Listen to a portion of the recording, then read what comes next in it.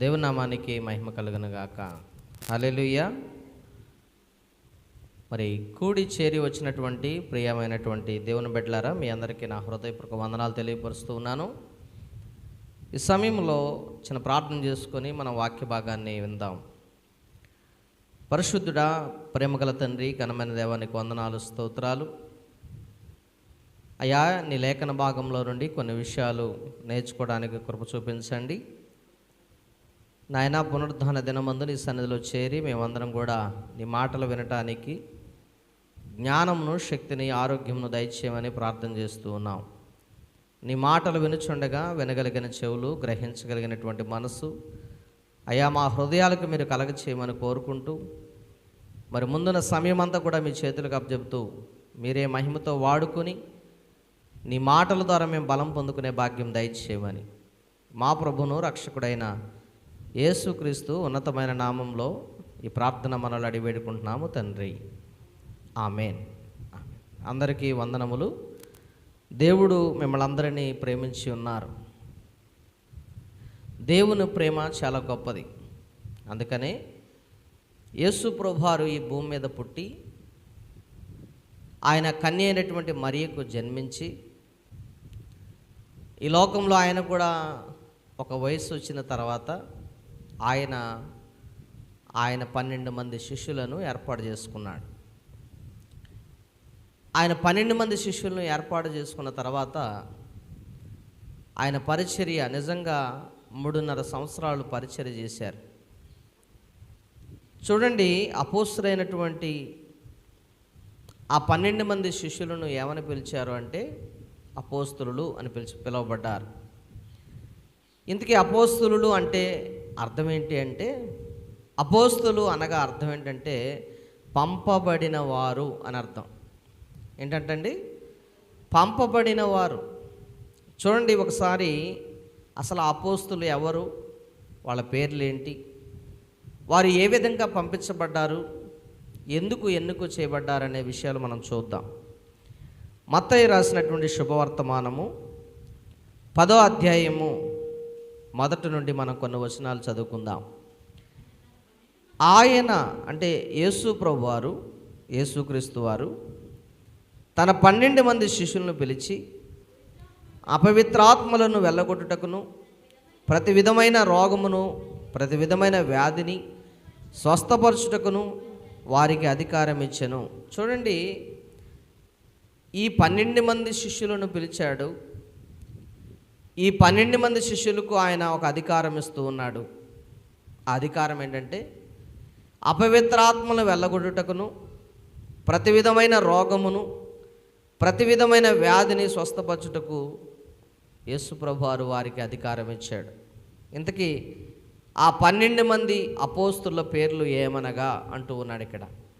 ఆ 12 మంది అపోస్తలుల పేర్లు ఏమనగా, మొదట పేతురు అనబడిన సీమోను, అతని సహోదరుడగు ఆంద్రియా, జబదయి కుమారుడగు యాకోబు, అతని సహోదరుడగు యోహాను, ఫిలిప్పు, బర్తలోమయి, తోమా, సుంకరి అయిన మత్తయి, అల్ఫయి కుమారుడగు యాకోబు, తద్దాయి అను మారు పిలుగల లెబ్బాయి, కనానీయుడైన సీమోను, ఆయనను అప్పగించినటువంటి ఇస్కరియోతు యోధ.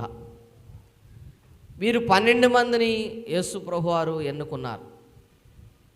ఈ 12 మంది ఆయనకు శిష్యులుగా ఉన్నారు. అందులో ప్రప్రథముడుగా అంటే మొట్టమొదటి వ్యక్తిగా ఉన్నటువంటి వ్యక్తి ఎవరంటే పేతురు. పేతురు ఈ 12 మంది శిష్యులు కూడా యేసు ప్రభువారిని వెంబడిస్తూ ఉన్నారు. వారిని అపోస్తలులని ఎందుకు పిలిచారు అంటే, అపోస్తలులు అని పిలువబడటానికి గల కారణం ఏంటంటే వారు యేసు ప్రభువారిని చూశారు, యేసు ప్రభువారు బోధలు విన్నారు, యేసు ప్రభువారు ఏ విధంగా జీవించారో ఆ జీవితాన్ని చూశారు, ఏ విధంగా ఆయన మరణించాడో చూశారు, ఏ విధంగా సమాధి చేయబడ్డాడో చూశారు, అలాగే ఏ విధంగా పునరుద్ధానం చేయబడ్డారో చూశారు. అందుకనే యేసు ప్రభువారు వీరిని అపోస్తలులుగా పిలిచాడు.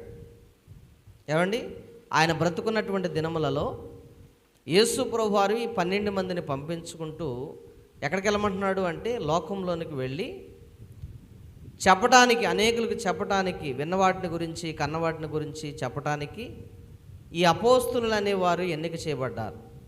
12 మందిని దేవుడు ఎన్నిక చేసుకున్నారు. ఎంతమందిని? ఈ 12 మందిలో కూడా ఒకడు దొంగ అయి ఉన్నాడు.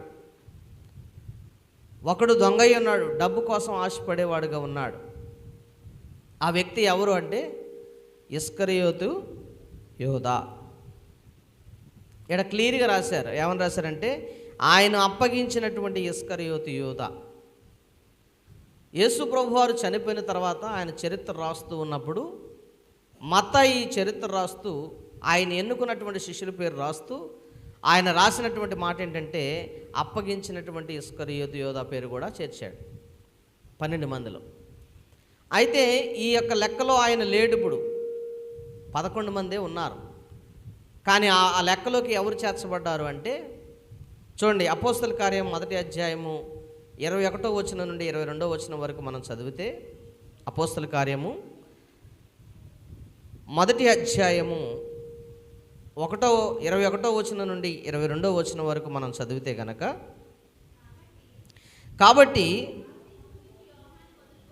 బాప్తీసమిచ్చి యోహాను మొదలుకొని ప్రభు అయిన యేసు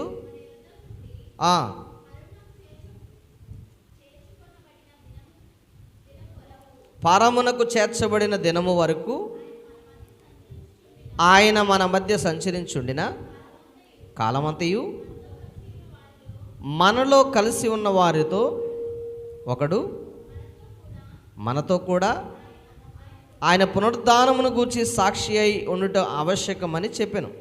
ఏమై ఉండాలంట? ఆయన పునరుద్ధానం గురించి సాక్షి అయి ఉండాలి. వాళ్ళే అపోస్తలత్వంలోకి చేర్చబడతారు. ఏమండి, ఎవరైతే యేసు ప్రభువారి యొక్క పునరుద్ధానాన్ని చూశారో, ఎవరైతే యేసు ప్రభువారి యొక్క పునరుద్ధానం, ఆయన జనన మరణ పునరుద్ధానాన్ని ఎరిగి ఉన్నారో, ఇక్కడ ఆ పునరుద్ధానం గురించినటువంటి సాక్ష్యం కలిగినటువంటి వ్యక్తి అపోస్తలత్వాన్ని కలిగి ఉండటానికి, ఎన్నిక చేయబడటానికి వారు చూస్తూ ఉన్నారు. అప్పుడు వారు యుస్తు అను మారు పేరు గల బర్సబా అనబడిన యోసేపు, మత్తియాను ఇద్దరిని నిలవబెట్టి ఇట్లని ప్రార్థన చేసిరి. అందరి హృదయంలో ఎరిగి ఉన్న ప్రభువా, తన చోటికి పోవుటకు యోధా తప్పిపోయి పోగొట్టుకున్న ఈ పరిచర్యలోను అపోస్తలత్వంలోను పాలు పొందుటకు వీరిద్దరిలో నువ్వు ఎవరిని ఏర్పరచుకునే వానివి కనపరచమనిరి. అంతటా వారు వీరిని గూర్చి చీట్లు వేయగా మత్తియా అనే పేరుట చీటి వచ్చిన గనుక అతడు 11 మంది అపోస్తులతో కూడా లెక్కించబడాను. ఏం చేయబడ్డాడు? అపోస్తులతో కూడా లెక్కించబడ్డాడు. ఎవరు లెక్కించబడ్డారు అంటే మత్తియా. ఎవరండి? మత్తియా. ఈ 12 మంది శిష్యుల్లో యోధా ఇస్కరియోతు పేరు తీసివేయబడి ఎవరు పేరు చేర్చబడింది అంటే మత్తియా అనే పేరు చేర్చబడింది. అలాగే అపోస్తలుడిగా పిలువబడటానికి పౌలు గారిని కూడా దేవుడు ఎన్నుకున్నాడు. అర్థమవుతుందండి? పౌలు కూడా యేసు ప్రభు వారిని చూశాడు. పౌలు కూడా యేసు ప్రభు యొక్క పునరుద్ధానాన్ని గ్రహించాడు. ఆయన కూడా అపోస్తలత్వాన్ని పొందుకున్నాడు. మరి ఇప్పుడున్నటువంటి వారు అపోస్తులుగా పిలువబడుతున్న వారు అపోస్తులేనా? దేవుని చేత ఎన్నుకొనబడిన వారేనా అంటే ఎన్నుకొనబడిన వారే, కానీ అపోస్తులుగా పిలువబడటానికి అధికారం లేదు. ఎందుకంటే దేవుని వాక్యం చెబుతుంది, అపోస్తులు అంటే దేవుణ్ణి కనులారా చూసినటువంటి వారు, దేవుని చేత అధికారం పొందుకున్నటువంటి వారు, ఆయన జనన మరణ పునరుద్ధానాలను ఎరిగినటువంటి వారు, కనులారా చూసి విని వారు గ్రహించి సాక్ష్యాన్ని పొందినటువంటి వారిని అపోస్తులని పిలువబడుతూ ఉన్నారు. అందుకనే ఇక్కడ అపోస్తలత్వం ఇవ్వటానికి కూడా ఒక అధికారం ఉంది. ఏంటంటే అది ఇవన్నీ కలిగిన వాడే అపోస్తలత్వాన్ని పొందుకుంటారు. అందుకనే నేటి కాలంలో అపోస్తులను పిలువబడుతున్నటువంటి వారందరూ కూడా అపోస్తులు కాదు, కానీ వారు గౌరవంగా పిలిపించబడుటకు అపోస్తులుగా పిలువబడేవారు నేటి కాలంలో మనకు కనపడుతూ ఉన్నారు. అంటే ఇక్కడ చూడండి, ఎందుకు నేను ఈ అపోస్తుల యొక్క విధానం గురించి చెబుతున్నానంటే, అపోస్తలుల కార్యం 2వ అధ్యాయం 42వ వచనంలో ఏమంటున్నాడు అంటే, ఒకసారి ఈ మాటను మనం చదవాలి. అపోస్తలుల కార్యం 2వ అధ్యాయము 42వ వచనాన్ని మనం చదివినట్లయితే, వీరు అపోస్తుల బోధ యందును సహవాసమందును రొట్టు విరిచి యందును ప్రార్థన చేయటి యందును ఎడతెగక ఉండిరి. ఎవరున్నారంట? అపోస్తుల బోధ యందు సహవాసమందు రొట్టె విరుచుట యందు ప్రార్థన చేయటి యందు ఎడతెగక ఉన్నారు. ఏమండి, ఈ యొక్క అపోస్తులు అందరూ కూడా, అపోస్తులను పిలువబడుతున్న వారందరూ కూడా ఎక్కడ బాప్తిసం పొందుకున్నారు అంటే, బాప్తిసం ఇచ్చి యోహాను చేత బాప్తిసం పొందిన వారు. ఏమండి, కొందరు ఏమండి బాప్తిసం ఇచ్చి యోహాను చేత బాప్తిసం పొందారు. ఆ తర్వాత వారు అపోస్తలుల కార్యం 1వ అధ్యాయం 8వ వచనంలో చూస్తే, పరిశుద్ధాత్మ వారి మీదకు వచ్చినప్పుడు, పరిశుద్ధాత్మ వారిని బాప్తిసంలోనికి నడిపించినప్పుడు, పరిశుద్ధాత్మ వారి మీదకు వచ్చినప్పుడు వారు శక్తి పొందుకొని వాళ్ళ గురించి దేవుడు సాక్ష్యం ఇస్తుంది. ఏంటో తెలుసా? మీరు యెరూషలేములోను యూదయ సమరయ దేశమంతటి యందు బూదిగంతముల వరకు కూడా నాకు సాక్షులై ఉంటారని చెబుతూ ఉన్నాడు. ఎవరంటే వీళ్ళు సాక్షులై ఉండటానికి? యేసు ప్రభు వారిని కనులారా చూసినటువంటి వారు, యేసు ప్రభు వారు మరణాన్ని చూసినటువంటి వారు, యేసు ప్రభు పడినటువంటి బాధలను చూసినట్టు స్వయంగా ఆయన పక్క నుండి గ్రహించినటువంటి వారు రాసిన మాటలు ఇవి. ఏమండి, నేటి సమాజంలో చాలామంది యేసు ప్రభు వారిని నమ్ముకుంటున్నారు, కానీ అపోస్తుల బోధ బోధించట్లేదు. అపోస్తులు బోధించినటువంటి బోధ ఇక్కడ ముఖ్యమైనటువంటి పాయింట్. రెండోది, అపోస్తులు చేసినటువంటి సహవాసం, అపోస్తులు చేసినటువంటి రొట్టె విరుచుట, ప్రార్థన చేయుట, వాళ్ళు ఎప్పుడు కూడా ఎడతెగక దీన్ని చేస్తూ వచ్చారు. ఏమండి, నేటి కాలంలో చూడండి, అపోస్తులు బోధ అంతా కూడా ఎలా ఉందంటే, యేసు ప్రభు వారే కేంద్రంగా ఉన్నారు. యేసు ప్రభు వారే, ఆయన పునరుద్ధానమే కేంద్రంగా ఉంది. యేసు ప్రభు మరణమే కేంద్రంగా ఉంది.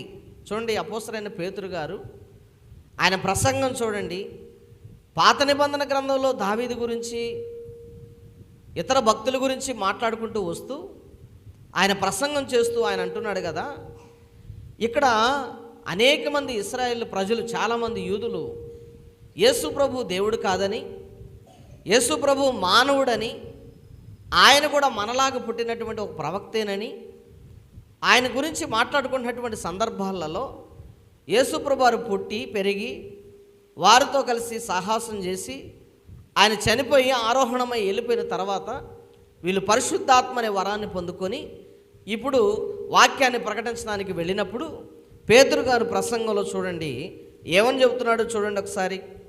ఏమండి, అపోస్తలుల కార్యం 2వ అధ్యాయము 36వ వచనం నుండి మనం చూస్తే, మీరు సిలువ వేసిన ఈ యేసునే దేవుడు ప్రభువుగాను క్రీస్తుగాను నియమించెను. ఇది ఇశ్రాయేలు వంశమంతయు రూఢిగా తెలుసుకొనవలనని చెప్పాను. వారు ఈ మాట విని హృదయములలో నొచ్చుకొని, సహోదరులారా మేమేమి చేతుమని పేతురును కడమ అపోస్తులను అడగగా, చూడండి ఇక్కడ పేతురు గారు ప్రసంగం చేస్తూ ఉన్నప్పుడు ఆయన అంటున్నాడు, మీరు సిలువ వేసిన ఈ యేసే దేవుడై ఉన్నాడు అని చెబుతూ ఉన్నాడు. మీరు సిలువ వేసిన ఈ యేసే అభిషక్తుడై ఉన్నాడు. మీరు సిలువ వేసిన ఈ యేసే మన పాపములు విమోచనగా కర్తగా ఉన్నాడని చెప్పేసి వారు బహిరంగంగా పేతురు పరిశుద్ధాత్మతో నింపబడిన వాడై బోధిస్తూ ఉన్నాడు. ఇలా బోధిస్తూ ఉన్నప్పుడు వాళ్ళందరూ అన్నాడు కూడా వాళ్ళ హృదయాల్లో నొచ్చుకున్నారట. ఎందుకు నొచ్చుకున్నారు? యేసుని ఎప్పుడు దేవుడిగా అంగీకరించినటువంటి హృదయాలవి, యేసు అంటే పడనటువంటి హృదయాలవి. ఇప్పుడు సడన్గా ఆయనే దేవుడు అని తెలుసుకోవాల్సి వస్తుందంటే వాళ్ళ హృదయాల్లో బాధ కలిగింది. వాళ్ళ హృదయాలు నొచ్చుకున్నాయి. ఇప్పుడు మేమేం చేయాలి అని అడుగుతున్నారు వాళ్ళు. ఏమండి, ఎవరిని అడుగుతున్నారు ఆ మాట? పేతురుని అడుగుతున్నారు, కడమ అపోస్తులను అడుగుతున్నారు. మేమేం చేయాలి ఇప్పుడు? అంటూ ఉన్నారు. పేతురు ఈ ప్రసంగం ద్వారా చెబుతూ వాళ్ళతో అంటున్నాడు కదా, మీరేం చేయాలంటే మీరు మారు మనస్సు పొంది పాప క్షమాపణ నిమిత్తము ప్రతివాడు యేసుక్రీస్తు నామమున బాప్తిసం పొందుడి, అప్పుడు మీరు పరిశుద్ధాత్మని వరము పొందుదురు. ఏం చేయాలంట? ఏమండి, మీరు ఏం చేయాలనుకుంటున్నారు అంటే వారు ఏం చేయాలన్న సంగతి ఆయన చెబుతూ ఉన్నాడు. ఏమని చెబుతూ ఉన్నాడంటే మీరు మారు మనసు పొందండి. ఏం పొందాలి? ముందు మారు మనసు పొందండి. మీలో ఉన్నటువంటి అసూయ, ద్వేషము, కలహము, మత్సరము, మదము, కామము, కోపము ఇవన్నీ వదిలిపెట్టుకొని మీరు మారు మనసు పొందండి. పాప క్షమాపణ నిమిత్తము మీరేం చేయాలంట? ప్రతివాడు అంటే ప్రతి ఒక్కరు కూడా యేసుక్రీస్తు నామమున బాప్తిసం పొందాలి. ఏమండి? అప్పుడు మీరు పరిశుద్ధాత్మ అనే వరాన్ని పొందుతారు అంటున్నాడు. ఈ మాట విన్నటువంటి వారందరూ కూడా ఆశ్చర్యపోయి వాళ్ళందరూ కూడా ఏమంటున్నారంటే ఇక్కడ వాళ్ళందరూ కూడా ఇక్కడ మాట్లాడుతూ ముందుకెళ్తున్నటువంటి విషయాల్లో అతని వాక్యాన్ని అంగీకరించినటువంటి వారు బాప్తిసం పొందారంట. ఏమండి? ఆయన దేవుడు, యేసే క్రీస్తుని, యేసే దేవుడని, యేసే అభిషక్తుడని నమ్మినటువంటి వారు బాప్తిసం పొందారు. ఎంతమంది బాప్తిసం పొందారు ఆ మాటలు విని అంటే ఇంచుమించు ఆ దినమందే 3,000 మంది చేర్చబడిరి. ఈ చేర్చబడినటువంటి ఈ 3,000 మంది చేస్తున్నటువంటి పని ఏంటంటే అపోస్తల బోధలోను, ఏమండి వీరు అంటున్నాడు అక్కడ, వీరు ఎవరంట? వాళ్ళు ఈ మారు మనసు పొందినటువంటి వాళ్ళు, పాపక్షమాపణ పొందినటువంటి వారు, బాప్తిసం పొందినటువంటి వారు ఏం చేస్తున్నారంట? ఏం చేస్తున్నారు? అపోస్తల బోధ యందును, సహవాసమందును, రొట్టె విరిచిన యందును, ఏమండి ప్రార్థన చేయటి యందును ఎడతెగక ఉన్నారు. ఎడతెగక ఉండటమే కాదు కానీ వాళ్ళు ప్రతివాడికి కలిగిన దాన్ని తీసుకొచ్చి వాళ్ళ దగ్గర పెట్టారు. చూడండి, ఇదియుగాక వారు తమ స్థిరాస్తులను అమ్మి అందరికీ వారి వారి అక్కర కొలది పంచిపెట్టిరి. వారు వేక మనస్కులై ప్రతిదినము దేవాలయంలో తప్పక కూడుకొనుచు ఇంటింటా రొట్టె విరుచుచు దేవుని స్తుతించుచు ప్రజలందరి వలన దయ పొందిన వారై ఉన్నారంట. ఏమై ఉన్నారండి? ప్రజలందరి చేత దయ పొందినటువంటి వారుగా ఉన్నారు. అంటే అపోస్తుల బోధ ఈ రోజున లేదు. అపోస్తులు బోధించినటువంటి బోధ లేదు. ఇప్పుడు అంతా కూడా బోధ ఏంటంటే మీరు దేవుని దగ్గరికి రండి, ఆశీర్వాదాలు పొందుకుంటారు. మీరు యేసయ్యను నమ్ముకోండి, మంచి బిల్డింగులు కట్టుకుంటారు. మీరు యేసయ్యను నమ్ముకోండి, ఆస్తులు సంపాదించుకుంటారు. మీరు యేసయ్య దగ్గరికి రండి, మీకున్న లేని అన్నీ చెప్పబడుతూ ఉన్నాయి అని ఈ బోధలు అలవాటు చేశారు ప్రియమైన దేవుని బిడ్డలారా. అందుకనే అపోస్తలుడైన పౌలు అంటాడు కదా, మేం చెప్పే బోధ కాకుండా మరి ఏ బోధైనా మీరు చేర్చిన ఎడలా, ఏ బోధైనా తీసుకొచ్చిన ఎడలా, ఒకవేళ మేమే వచ్చి చెప్పిన ఎడలా, లేకపోతే దేవదూతలే దిగి వచ్చి చెప్పిన ఎడలా మీరు వాటిని నమ్మమాకండి అని చెబుతూ ఉన్నాడు. ఏం చెబుతూ అంటున్నాడు? మీరు వాటిని నమ్మొద్దు అని చెబుతున్నాడు. ఈ రోజున దేవుని బోధ ఏమండి మార్పు చెందింది. దేవుని బోధ అనేక రకాల డినామినేషన్స్గా మార్చబడి అనేక రకాల బోధలు వచ్చేసాయి. అనేక రకాలుగా బోధించుకుంటూ వారికి నచ్చినట్టుగా మనుషులు కల్పించుకున్నటువంటి పద్ధతుల్లో దేవుని ఉపదేశములు బోధిస్తూ ఉన్నారు. కానీ దేవుని వాక్యం చెబుతుంది మన పునాది అపోస్తుల బోధ, మన పునాది అపోస్తుల సహవాసం, మన పునాది అపోస్తులు రొట్టె విరుచుట యందు, సహవాసం యందు, ఏమండి ప్రార్థన చేయటి యందు మనం ఎడతెగక ముందుకు వెళ్ళాలనేది దేవుని వాక్యం చెబుతుంది. అర్థమవుతుందండి? ఈ నామం గురించి యేసు ప్రభు వారి యొక్క నామం గురించి అపోస్తులు ప్రతి చోట మరి ఎలుగెత్తి ప్రకటించారు. ప్రియమైన దేవుని బిడ్డలారా, ఏమని ప్రకటించారు? మీరు సువార్తలో చూడండి, పత్రికలో చూడండి, ఇంకా అపోస్తల కార్యాల చరిత్ర గ్రంథం మొత్తం చూడండి, ఆ తర్వాత వచ్చినటువంటి పత్రికల పుస్తకాల్లో చూడండి, ఆ యేసు ప్రభు వారి గురించి వాళ్ళు చెప్పినటువంటి సువార్త ఎంతో అమోఘమైనది. ప్రియమైన దేవుని బిడ్డలారా చూడండి, అపోస్తల కార్యం 18వ అధ్యాయం 5వ వచనం చదవండి ఒకసారి. అపోస్తల కార్యం 18వ అధ్యాయం 5వ వచనాన్ని. శీలయు తిమోతియు మాసిదోనియ నుండి వచ్చినప్పుడు పౌలు వాక్యం బోధించుటయందు ఆతృత గలవాడై యేసే క్రీస్తని యూదులకు దృఢముగా సాక్ష్యమిచ్చుచుండెను.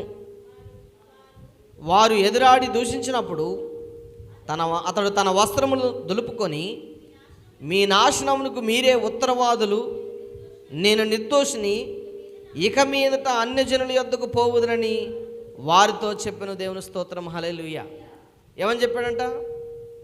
ఏమని చెప్పాడు? మాసిదోనియా నుండి వచ్చినప్పుడు పౌలు వాక్యం బోధించుటద్దు ఆతురత గలవాడై యూదులకు ఏమని చెబుతున్నాడు? యేసే క్రీస్తు అయి ఉన్నాడు అని చెబుతున్నాడు. క్రీస్తు అంటే అర్థం ఏంటంటే అభిషక్తుడై ఉన్నాడు అని అర్థం, ఆయనే దేవుడై ఉన్నాడు అని అర్థం, ఆయనే దేవుని కుమారుడు అని అర్థం.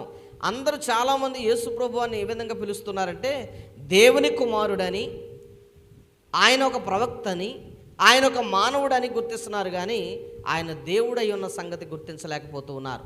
అందుకనే పౌలు యేసు ప్రభు వారిలో ఉన్న దైవత్వాన్ని చెబుతూ ఉన్నాడు. ఇదిగో మీరు యేసుని ఒట్టివాడు అనుకుంటున్నారు, యేసుని ఏదో మన దగ్గరికి వచ్చినటువంటి మామూలు వ్యక్తి అనుకుంటున్నారు.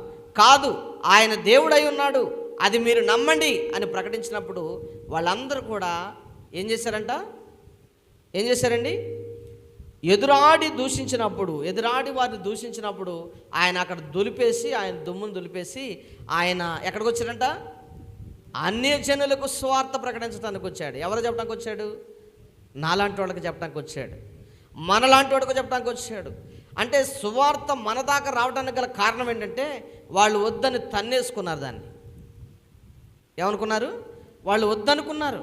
కానీ అందులో కూడా కొంతమంది విశ్వసించారు, కానీ కొంతమంది ఎదురాడు మనసు కలిగి ఉన్నారు మాసిదోనియాలో నుండి. ఏమండి? అందుకనే దేవుడు మన మధ్యకి సువార్తను పంపించాడు మనం తెలుసుకోవడానికి. అందుకనే దేవుడు అంటాడు కదా, నశించిన దాన్ని వెతికి రక్షించడానికి మనిషి కుమారుడు ఈ లోకంలోకి వచ్చాడు. అర్థమవుతుందండి? అపోస్తుల బోధ ఏంటంటే యేసే క్రీస్తు అయి ఉన్నాడని చెబుతున్నారు.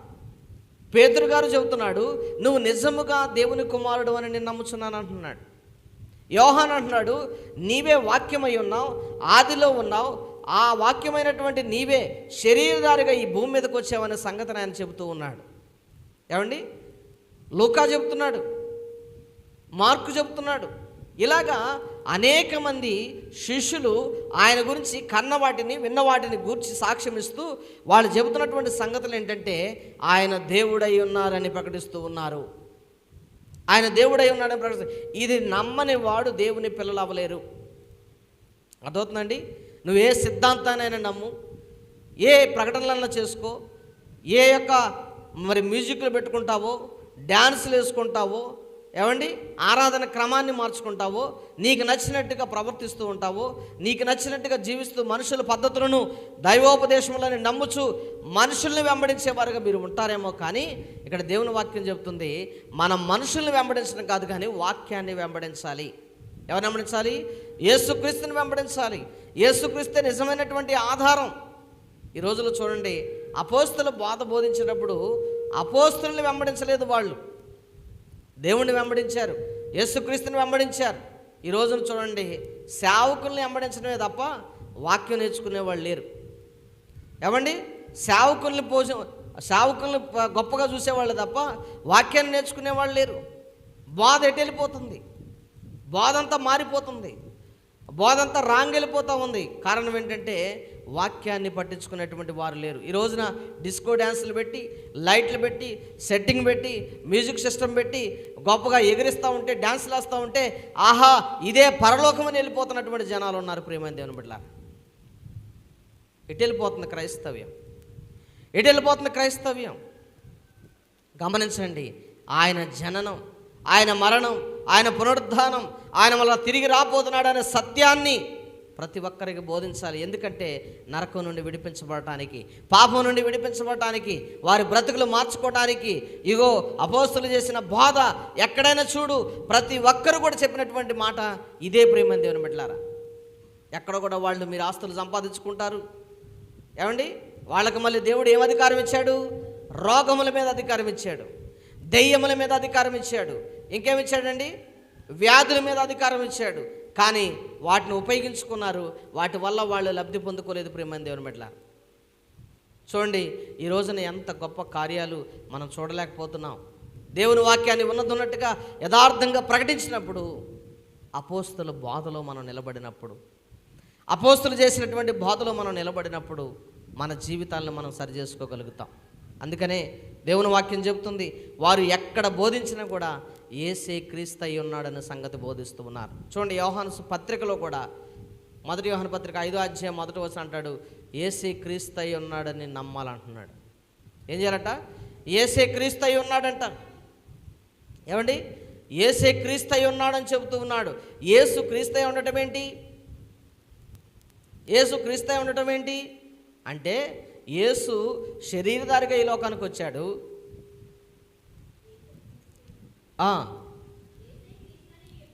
ఉన్నాడని నమ్మి ప్రతివాడు దేవుని మూలంగా పుట్టున్నాడు. దేవుని స్తోత్రం, హల్లెలూయా. యేసే క్రీస్తు అయి ఉన్నాడని నమ్ము ప్రతివాడు ఎలా పుట్టున్నాడంట? దేవుని మూలంగా పుట్టాడు. చాలు, దేవుని మూలంగా పుట్టి ఉన్నాడు. ఎలా పుట్టి ఉన్నాడంట ఆయన? యేసే క్రీస్తు అయి ఉన్నాడు నమ్మువాడు. చాలామంది ఇప్పుడు యేసుని క్రీస్తుగా అంగీకరించలేకపోతూ ఉన్నారు. యేసు క్రీస్తు రెండు ఒకటే అనుకుంటున్నారు చాలామంది. కానీ యేసు అంటే అర్థం వేరు, రక్షకుడు అని. క్రీస్తు అంటే అర్థం వేరు, అభిషిక్తుడని. అభిషిక్తుడు అంటే రక్షకుడుగా వచ్చినటువంటి యేసు ప్రభువారే మనకు దేవుడై ఉన్నాడు, మనకు క్రీస్తు అయి ఉన్నాడు. ఆ సంగతిని ఇక్కడ శుభవార్త ప్రకటిస్తూ ఉన్నారు. ఏమండి? అపోస్తులు బోధించిన బోధ అదే. ఆ బోధ బోధించుకుంటూ, ఆ బోధను అంగీకరించినటువంటి వారందరినీ ఒక చాట చేరుస్తూ, ఆ సహవాసంలో వారికి వాక్యాన్ని బోధిస్తూ, ఆ సహవాసంలో వారికి రొట్టెని విరుస్తూ, ఆ సహవాసంలో వారిని ప్రార్థన చేయిస్తూ, ఇలాగా ఎడతెగక ప్రతి ఇంట్లోనూ, ప్రతి సమాజంలోనూ, ప్రతి చోట దేవుని గురించి ప్రకటించుకుంటూ దినదినము దేవుని సంఘంలోనికి అనేకులను చేర్చుకుంటూ వస్తూ ఉన్నారు. దినదినము అనేకులను దేవుని దగ్గర చేర్చుకుంటూ వస్తూ ఉన్నారు. దేవుడు ఈరోజు మనల్ని కూడా చేర్చుకోవడానికి, ఈ విధంగా మనందరం చేరి దేవుని స్తుతించడానికి కూడా దేవుడు అవకాశాన్ని ఇచ్చాడు. ప్రియమైన దేవుని బిడ్డలారా, కాబట్టి ఈ సత్యాన్ని గ్రహించాలి. ఈ సత్యాన్ని గ్రహించి ఎప్పుడైతే మనం ముందుకు వెళతామో అప్పుడు మన జీవితాల్లో దేవుని కార్యాలు మనం చూడగలుగుతాం. అందుకనే వాళ్ళు పడవబడినటువంటి హృదయాలతో ఏమంటున్నారు? మేమేం చేయాలి అని అడిగినప్పుడు ఆయన అంటున్నాడు, మీరు మారు మనసు పొందండి, పాపక్షమాపణ పొందండి. ఇదిగో పాపక్షమాపణ నిమిత్తం మీరు బాప్తిసం పొందండి. అప్పుడే మీరు ఏమవుతారు? పరిశుద్ధాత్మ శక్తిని పొందుకుంటారు. అప్పుడే మీరు దేవుని వరాన్ని పొందుకుంటారు. అప్పుడే మీరు రక్షణలో ఉంటారు అని దేవుని వాక్యం స్పష్టంగా మనతో మాట్లాడుతూ ఉంది. కాబట్టి ఒకవేళ మనం ఇంకా మారు మనసు పొందకపోతే, ఇంకా పాప క్షమాపణ పొందుకోకపోతే, ఈరోజే దేవుడు మనకు అవకాశం ఇస్తూ ఉన్నాడు. అలా మారు మనసు పొంది పాప క్షమాపణతో మనం ముందుకెళ్ళినప్పుడు దేవుడు ఖచ్చితంగా పరిశుద్ధాత్మ వరముతో మనల్ని నింపుతాడు. దేవుడు ఈ మాటలు దీవించి ఆశీర్వదించునుగాక. ప్రియమైన సహోదరి సహోదరుడా, ఈ మాటలు నిన్ను కూర్చే యేసే క్రీస్తు అయి ఉన్నాడని నువ్వు నమ్మినప్పుడు ఆయన, నువ్వు దేవుని మూలంగా పుట్టావని ఆయన మాట్లాడుతూ ఉన్నాడు. ప్రార్థన చేసుకుందాం. తలలు వంచండి. పరిశుద్ధుడా, నీకు వందనాలయ్యా. నీ మాటలు విన్నటువంటి ప్రతి ఒక్కరిని దర్శించండి నాయన. అపోస్తులు అంటే ఎవరో, అపోస్తులు ఎందుకు పంపించబడ్డారో నాయన, వారు చెప్పిన బోధ, వారి సహవాసము, వారి ప్రార్థన, వారి రొట్టె విరుచుట, ఇవన్నీ కూడా ఏ విధంగా ఉన్నాయో ప్రభువా, మా జీవితాల్లో కూడా ఆ సహవాసాన్ని కలిగి ఉండడానికి సహాయం దయచేయండి. మేము కూడా అలాగ వర్ధిల్లుటకు సహాయం చేయండి. మేము కూడా సంఘములో అలాంటి బాధ్యత కలిగి ముందుకెళ్ళడానికి సహాయం చేయండి. నీ కృపతో నింపండి ప్రభువా. ఈ మాటలు విన్న ప్రతి హృదయాన్ని మీరు దర్శించండి. ఈ మాటలు విన్న ప్రతి హృదయాన్ని దర్శించండి. ప్రతి ఒక్కరితో మీరు మాట్లాడి సహాయం చేయమని కోరుకుంటూ, అయ్యా ఒకవేళ మార్పు లేకపోతే, మారు మనసు లేకపోతే, ఇప్పటికైనా వారు తెలుసుకునే భాగ్యం దయచేయండి. అంతస్తుల కోసం కాదు, ఆస్తుల కోసం కాదు, అద్భుతాల కోసం కాదు. నా దేవుడు వచ్చింది నన్ను నరకం నుండి తప్పించడానికే, నన్ను నాశనం నుండి తప్పించడానికే, నన్ను రెండవ మరణం నుండి తప్పించడానికే, నా జీవితాన్ని బాగు చేయడానికే ఆయన వచ్చాడనే సంగతిని గ్రహించడానికి మీరు సహాయం చేయమని ప్రార్థన చేస్తూ ఉన్నాం. ఈరోజు నా తండ్రి అయ్యా, మీ బోధ మరలా తిరిగి బోధించబడుతున్నట్టుగా నాయన ప్రభువా, అపోస్తలు బోధ బోధించబడే భాగ్యం దయచేయండి నాయన. ఈరోజు మంచి బోధ వినకుండా దురద చెవులు కలిగిన వారై నా తండ్రి ప్రభువా, దురద చెవులు కలిగిన వారై అయా చెవులకు వినసొంపైనటువంటి మాటలు వింటూ నాయన వారు రాజ్యాన్ని పోగొట్టుకుంటున్నారన్న సంగతి తెలుసుకోలేకపోతూ ఉన్నారు. అయ్యా ఇదిగో దురద చెవులు కలిగిన వారై వారు హృదయాలు పాడు చేసుకుంటున్నారని సంగతి తెలుసుకోలేకపోతూ ఉన్నారు. మీరే సహాయం చేయండి ప్రభా, మీరే మాట్లాడండి తండ్రి, మీరే వారిని దర్శించండి నాయన ప్రభా. నీకు వందనాలు. నీ కృపతో నింపి నడిపించి మహిమ పొందుకోమని అయ్యా ఈ మాటలన్నీ కూడా వాళ్ళ హృదయంలో ఉంచి, ఆనాడు యూదులు నాయన ఇదిగో వాళ్ళ హృదయాల్లో నొచ్చుకొని మేము చేసేది తప్పు అని గ్రహించి, అయ్యా మీరే దేవుడని, యేసే క్రీస్తుని, యేసే దేవుడని, యేసే నిజమైన దేవుని కుమారుడని వారు నమ్మి నాయన ప్రభువా రక్షణ పొందుకున్నారు తండ్రి. ఆ రీతిగా నాయన బిడ్డలు రక్షణ పొందుకునే కృపను మీరు దయచేయమని, మీరే మహిమ పొందుకోమని మా ప్రభును రక్షకుడైన యేసుక్రీస్తు నామములో ఈ ప్రార్థన అడుగుతున్నాము తండ్రి. ఆమేన్. అందరికీ వందనాలండి. దేవుడు మిమ్మల్ని అందరిని దీవించి ఆస్వాదించునుగాక. మరి మా పరిచర్యలు మీకు నచ్చినట్లయితే లైక్ చేయండి, షేర్ చేయండి, మరి కామెంట్ చేయండి, అనేకులకి ఇది పంపించండి. మీరు బ్లెస్ అయినట్టుగా అనేకులను బ్లెస్ చేయండి. దేవుడు మిమ్మల్ని అందరిని దీవించునుగాక. ఆమేన్.